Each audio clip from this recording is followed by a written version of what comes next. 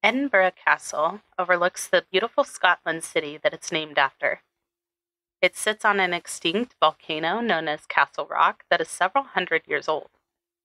The location of the castle was a strategic move, as it would be the site of many battles and wars in the years to come. With such a long history of death has come many stories of hauntings that have cemented the castle's reputation for being one of the most haunted places in Scotland. This is the history and hauntings of Edinburgh Castle. I'm Ashton, and welcome to the Haunted Corner.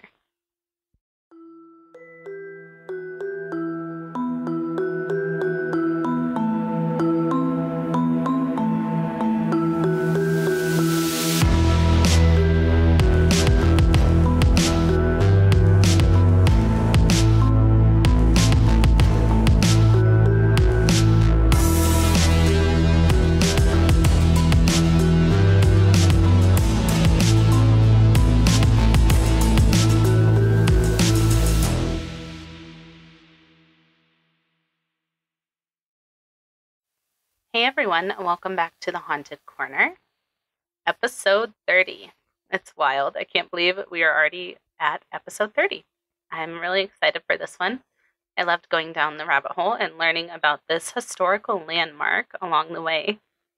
I really like learning about the history of old castles, and if they're haunted, even better. I got a lot of information straight from the website for the Edinburgh Castle, Encyclopedia Britannica, and a book called Real Haunted Castles and Fortresses, written by Zachary Knowles. Let's get into it. Edinburgh Castle sits 443 feet above sea level and overlooks the city of Edinburgh from the top of an extinct volcano called Castle Rock.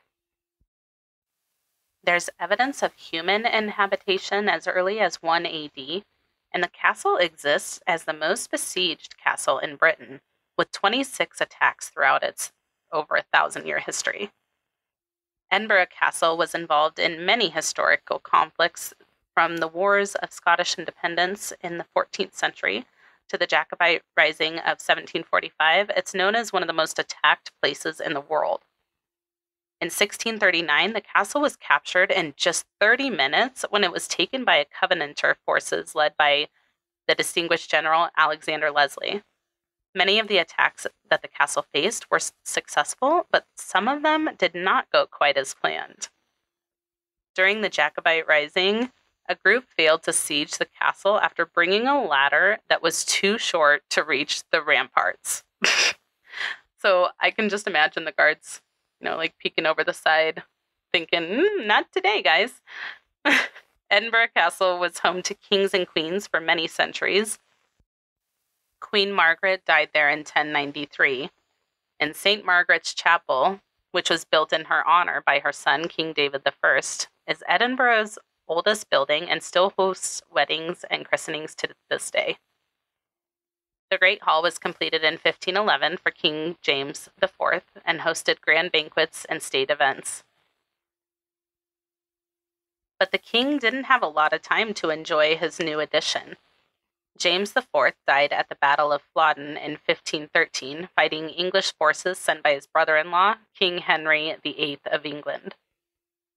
Above the door to the royal palace are the initials MAH, which stands for Mary Queen of Scots and her second husband, Henry Stuart, Lord Darnley. Mary gave birth to James VI in the royal palace in 1566. He became King of Scotland at 13 months old and united the crowns of Scotland and England in 1603. The castle was once a royal treasury where the nation's records and riches were kept. Jewels and treasures from around the world were kept here, including relics of Robert the Bruce, fine tapestries, and magical amulets.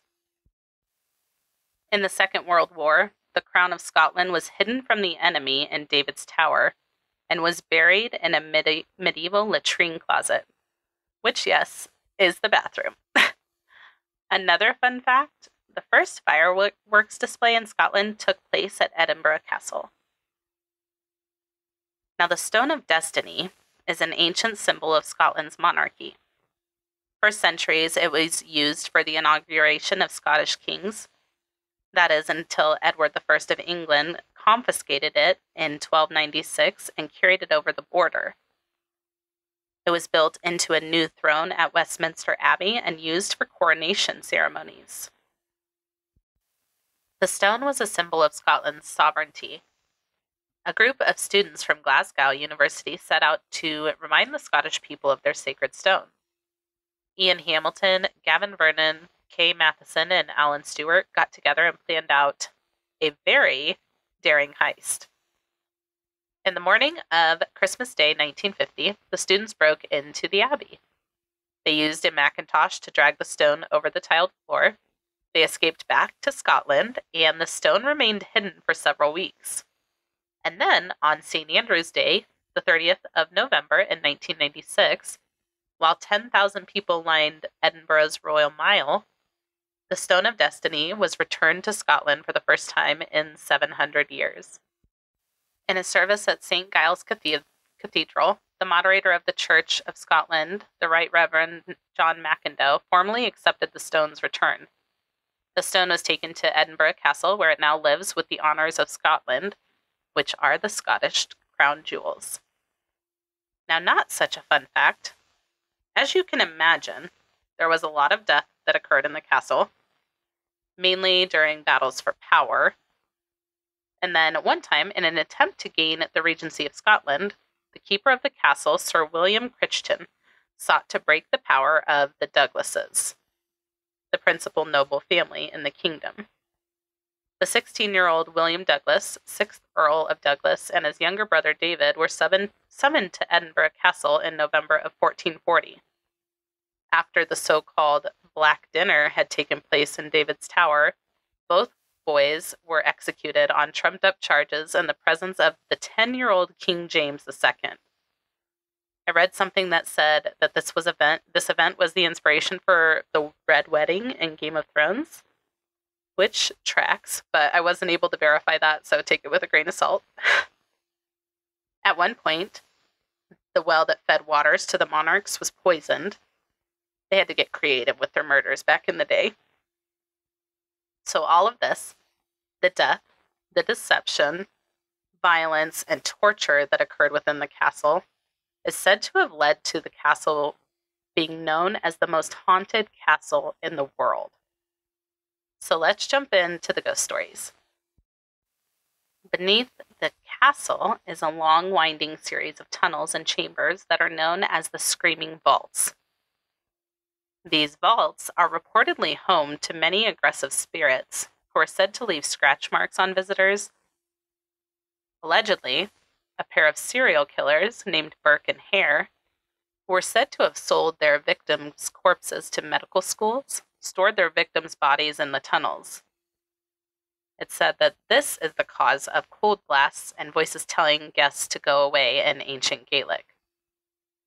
And after I heard about Burke and Hare, I had to go down a rabbit hole. That's a story for another time. That's a Monday story. A guest visiting the tunnels felt a man step out in front of her and even felt and smelled his breath, which reeked of whiskey. But no one was there. Another tunnel leads to the Royal Mile, which is where one of the most famous ghosts of the castle resides. Several hundred years ago, when the tunnels below the castle were first discovered, a bagpiper was allegedly tasked with the job of exploring the tunnels and was told to play his bagpipes so those who were above could keep track of his location. Everything was going to plan for a bit until all of a sudden, the sound of the bagpipes stopped. Immediately, they sent down a team to look for the bagpiper, but neither his body or the bagpipes were ever found. And it's not uncommon to hear the sounds of the bagpipes coming from the tunnels, hinting that he is still around exploring the tunnels to this day. Another reported haunting is the spirit of a prisoner who spent time in the castle. Reportedly, this prisoner made a daring attempt at an escape by hiding inside a dung barrel and covering himself with, you guessed it, dung. Unfortunately, he wasn't aware of what they did with the barrels after they left the castle, and he plummeted to his death when the barrels were dumped down Castle Rock. It's now said that he manifests by filling the rooms with the smell of dung. And more sinisterly, he's also said to appear near the edge of the castle and attempts to shove visitors over the edge. The most gruesome reported haunting comes from an accused witch named Lady Janet Douglas, or Lady Glamis. As we remember, the Douglas family was a threat to King James, the baby king, and when her husband died, Lady Douglas was accused of poisoning the king by witchcraft. In an attempt to gather evidence against her, the king ordered her servants and family members to be taken prisoner and tortured. Lady Douglas herself was confined to the dungeon in the darkness until she could barely see anymore. Eventually, she was burned alive at the stake while her 16-year-old son watched. She was not the only witch to be burned at the stake at the castle. A total of 300 women who were accused of witchcraft met a similar fate. It's reported that visitors have seen the apparition of Lady Glamis on the castle grounds, and some visitors have heard unexplained knocking. It's said that this sound is the sound of workmen building the platform on which she was murdered. The next reported haunting is one that is a little bit less threatening. Well, ish. The spirit of a young boy, reportedly dressed in a drummer's uniform, appears most often when the castle is in imminent danger. He first appeared in 1650, right before a major attack on the castle by Cromwell. So this sounds really sweet. He's trying to protect the castle from beyond. Unfortunately, the spirit of the young boy is missing his head. And for these reasons, he is known as the Headless Drummer of Edinburgh Castle. Along with the human spirits, there have also been reports of a ghostly dog who is believed to be buried in the pet cemetery on the property. He's said to be a large black dog who appears to be a normal dog until you look a little bit closer and you realize that there's a glowing green mist surrounding the dog. There have been no reports of attacks, so it appears that this good boy, or girl, is still guarding the property to this day. Now, in addition to the more specific hauntings, visitors have reported feeling as though they are being watched, random cold spots appearing out of nowhere, as well as being pushed, shoved, or touched with no evidence of anyone nearby. Some visitors have reported becoming quickly overwhelmed with emotions of sadness, dread, or anxiety with no explanation. And it's clear that this historical landmark holds more secrets than meets the eyes. And that is the haunted history of Edinburgh Castle. Thank you for tuning in to episode 30. I hope you enjoyed it. The sources for today's episode will be listed on the blog post for the episode at www.thehauntedcorner.com. Check out the other episodes of The Haunted Corner available now wherever you listen to your favorite podcasts and also on YouTube, with new episodes dropping every Monday and Thursday. If you're enjoying the podcast and would like to share your support, head on over to Patreon.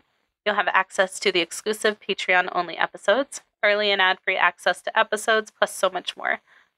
Head over to patreon.com/The Haunted Corner to join now. Follow us on social media at The Haunted Corner on Instagram, Facebook, YouTube, and TikTok. If you're enjoying the podcast, please be sure to tell a friend. If you have a case suggestion or a correction to share, please send it to thehauntedcorner@gmail.com or submit it through the website. Until next time, be kind and take care of yourselves, and we'll see you soon. Bye.